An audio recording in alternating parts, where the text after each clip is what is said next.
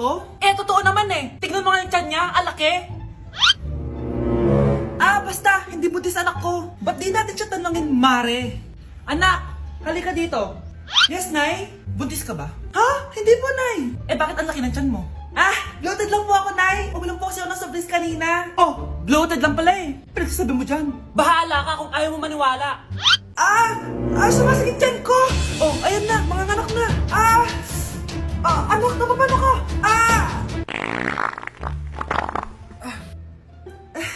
Baho. Ang sakit. Parang iba na to, Nay. Anak, papiga ka. Anak, hinga ka na malalim, ha? Ire. Sige pa.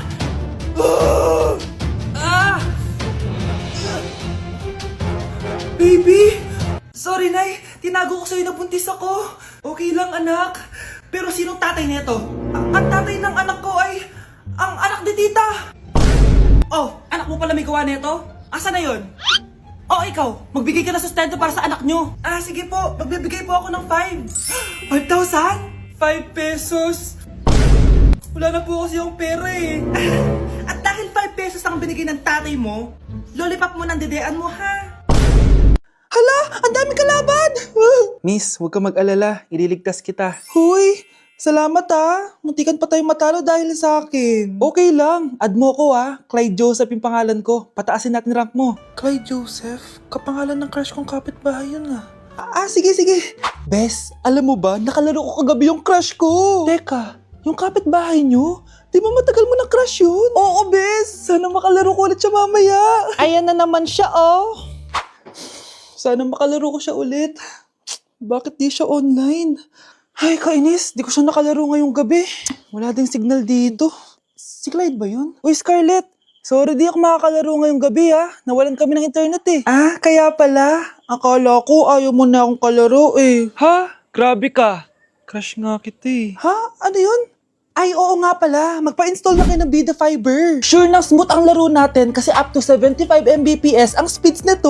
Oh, huwag kang magugulat kapag sinabi kong 888 pesos lang per month to ha. May setup fee pero carry lang kasi up to 8 gadgets ang pwede mag-connect. Hala, thank you Galing mo talaga. Kaya crush kita eh.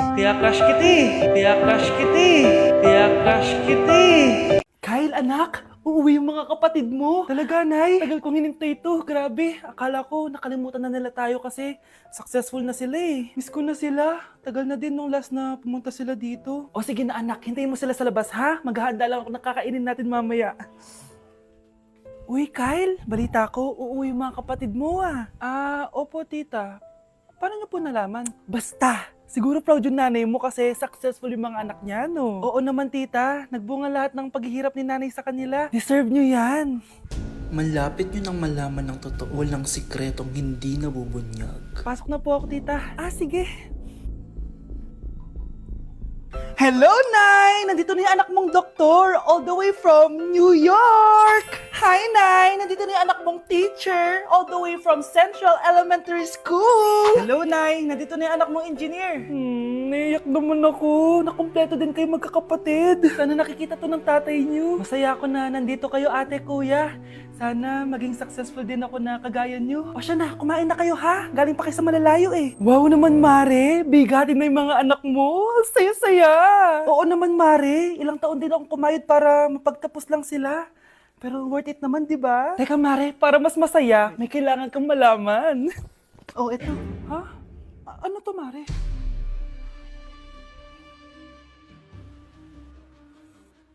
Nay, bakit po? Mga sinungaling kayo? Paano niyo nagawa sa akin to, ha?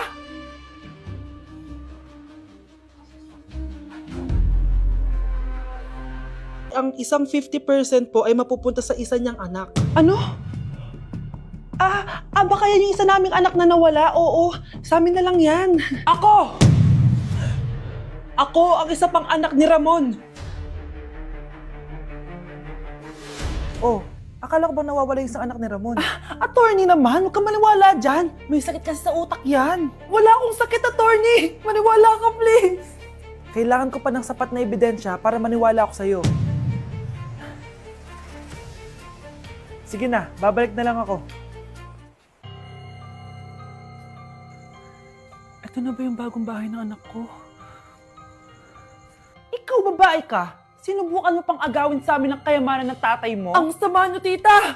Gusto nyo kunin lahat! Well, hindi naman maniniwala sa'yo si attorney dahil wala kang ebidensya. Tao po, attorney po ito.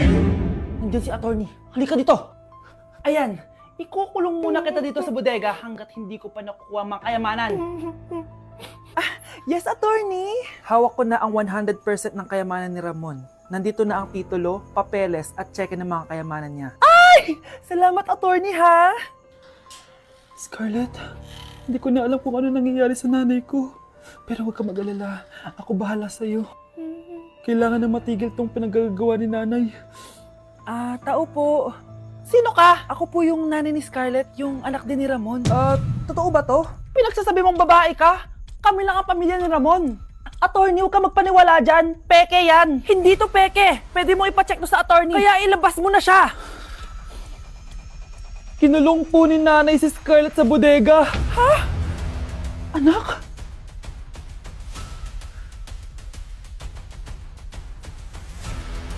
Oh, bakit may pera na naman dito? Pinamigay ko rin ibang pera kahapon Kakainis naman. Ma'am, may delivery po kayo. Oh, ano to? Pera na naman? Diyos ko, ayoko neto. Sa'yo na lang, kuya. Ayoko din po niyan, ma'am. Sa iba niyo na lang po ibigay. Sige na po. Ano ba yan? Ang dami ko ng pera eh. Nay, bakit 300,000 na naman yung binigay mong baon sa akin? Hindi ko pa nga nagagastos yung baon ko last week eh. Tapos biniran mo pa ako ng bagong iPhone at iPad. Bawasan mo yung baon ko, ha? Nakakainis ka. Huwag ka na magreklamo. Ang dami na nga natin pera eh. O eto pa. Hindi ko na alam kung saan ko gagastusin to eh. Ay naku, padala kasi ng padala ng pera eh. Tapon ko na lang to. Congrats, ma'am! Kayo po ang grand winner ng 5 million pesos. Ano ba yan? Pera na naman. Pwede ba hindi ko tanggapin yan? Dami ko ng pera eh. Ay, bawal na po namin kunin to, ma'am. Sa'yo na po to. Congrats po ulit. Ba't pa ako nagising? Sana ganun na lang yung problema ko. Okay, class. The nomination for Muse is now open. Ma'am, I nominate myself. Subukan niyo mag-nominate ng iba. Pa-main character talaga siya, oh. Ma'am, I nominate Scarlett.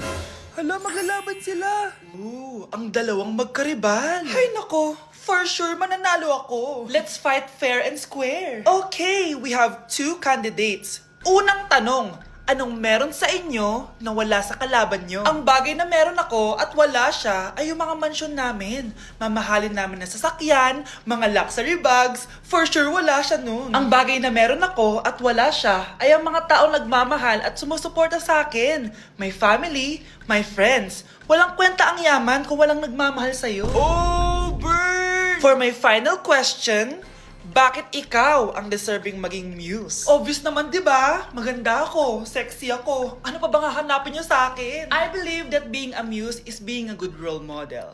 I am confidently beautiful to show the classroom, the school rather, that I have what it takes to be a good role model. And I thank you. We love you, Scarlett! Itaas ang kamay kung boto kay Cheska.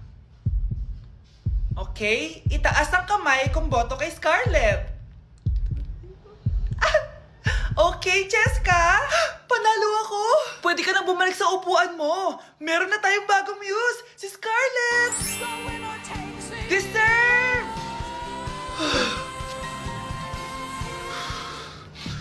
Hello? May ipapatumba ako sa'yo. Class suspended na raw? Pero bakit nandito pa rin tayo? Yun! Suspended! Pero nakakainis, bagsak ako. Dapat kasi kanina pa nag-suspend para di na ako bumagsak. Bakit ngayon pa? Sana sinabi kanina 7 a.m. Paano din ako naligo? Guys, nakalabas na ako dito sa school. Grabe, hanggang tuhod yung... Baka! Para mag-field trip sa Marikina River! Basang-basa na ako dito sa jeep. Di ko na alam kung ulan to, luha ko, o trauma from today. Grabe, di pa ako makalabas dito sa building. Legit, may lifeguard ba sa gate 3? Dit sinata to eh! Grabe, ang lakas talaga. Magpapasundo na ako kay mama. Sana may signal pa siya sa bagyong to. Umulan ba? Ma, sunduin mo na ako dito. Isa lang po akong maliit na batang basa. Pagod na at walang payong. Hay nako, konting ulan lang, nagdadrama ka na. Sige, ipapadala ko si kuya. May payong yun. Thank you, Lord! Thank you, Mommy! Nandito ako sa Japan ngayon at titikim tayo ng Japanese convenience store snacks. Hulaan niyo kung saan ako pupunta, walang gato sa Pilipinas. Grabe, the best talaga ang 7-Eleven sa Japan. Parang lahat ata ng gusto mong bilhin nandito na. Sobrang dami! Let's try this, oh. Ano kaya to? Mukha siya mochi. So, let's buy. Oh, may brulee sila, guys, oh. Siyempre, add to cart. Parang sikat din to. Kainin natin, guys, tara. Add to cart. Yakult ba to? Ang laki ng Yakult nila dito, oh. Add to cart. May Japanese, oh. Arigato. Tikman na natin. Una natin titikman itong pudding.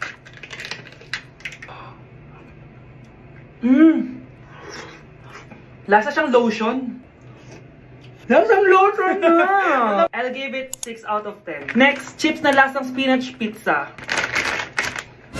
Parang maanghang siya. Kalasa nga, guys. Sarap. 7 out of 10 to. Kamay. Sa mga drinks naman, so first, ito. Alam niyo yung sa Kmart, yung banana na nalagay ko dyan. Ganun yung lasa niya, pero hindi masyadong matamis. So, 7 out of 10. Favorite. Next, ito guys, super cute na ito, kaya kinuha ko. So, parang siyang mochi. Pero di ko alam kung ito, wala kasi siyang English subtitle. Ang cute niya! Tapos amoy sabon. Alam mo yung Kojic, ganun. Ganun yung amoy niya. So, ito yung itsura niya. Candy ata to eh. Para kang gumunguya ng sabon. 3 out of 10 ka lang, be. Okay, next, itong Pringles na lasang chicken barbecue. Ba't may ganun? Amoy na natin. Amoy biryani. Actually, masarap siya. Alam mo yung biryani na chicken, ganun yung lasa niya, pero Pringles. 7.5 out of 10 to. Next, itong Jollibee na parang sweet potato. Mana natin. Mukha talaga siyang fries. Ayan. Parang nanak malasahan sa lahat ng mga kinain ko. Masarap siya, pero wala siyang lasa.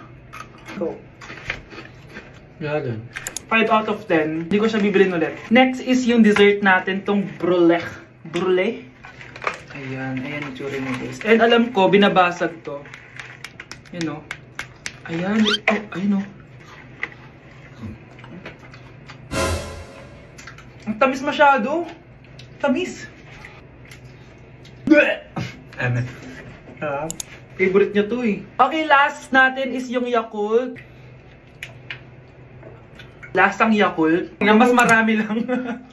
So yun lang naman. Kung gusto nyo ng part 2, mag-rate pa ako ng ibang Japanese food dito. So comment lang kayo sa baba. Bes, bakit ka absent kahapon?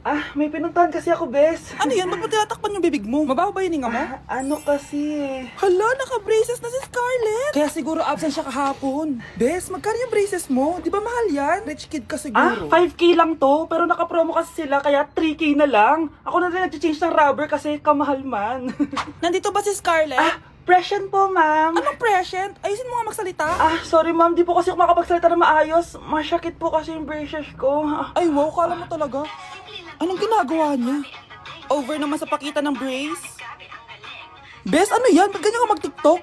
Siyempre para makita ng mga friends ko na may braces na ako. Ganon? Tsaka para ma-ROI ko na din to, no? Sige, Bes. Mukhang mainit na naman yung dugo niya. Palagi naman. Okay, class. Bring out 1 sheet of yellow paper. Mag-essay kayo. Patay, yellow pad. Be, Scarlett, pengin naman ako niyan. Ayoko. Last week ka pa, ha? Ikaw na nakaubos ng yellow pad ko. Ha? Bumili ka kaya? Sorry. Class, pass your research paper. Last week pa yan. Ma'am, eto na po yung akin. Oh, Scarlett. Nasa yung mga grupo mo? Tinanggal ko na po. Ha? Ba't mo kami tinanggal? Yung mga pinapasa mo, walang kwenta. Binigyan na kita ng chance, di ba? At ikaw naman, Samantha, hindi ka naman nag-send ng GC, di ba? Oh, kayong dalawa, gumawa kayo ng sarili niyong research, ha? Bes, paano na tayo niyan? Pinapainit niya talaga dugo ko, ah. Bakit kaya palagi mainit yung dugo ni Scarlett? Baka mabigat lang yung pinagdadaanan niya, be. Miss, sorry. Okay ka lang? Ano ba yan? Kasi tumitingin sa dinadaanan eh. Bes, tignan mo. Bulag ka ba, ha? Kita mong dumadaan ako dito tapos babanggain mo ako? Wow! Maldita ka! Kala mo di kita papatulan? Oh, bakit? Porket cute ka? Porket type kita? Ayun, love life lang pala kailangan niya. Nakakakilig sila, Bes.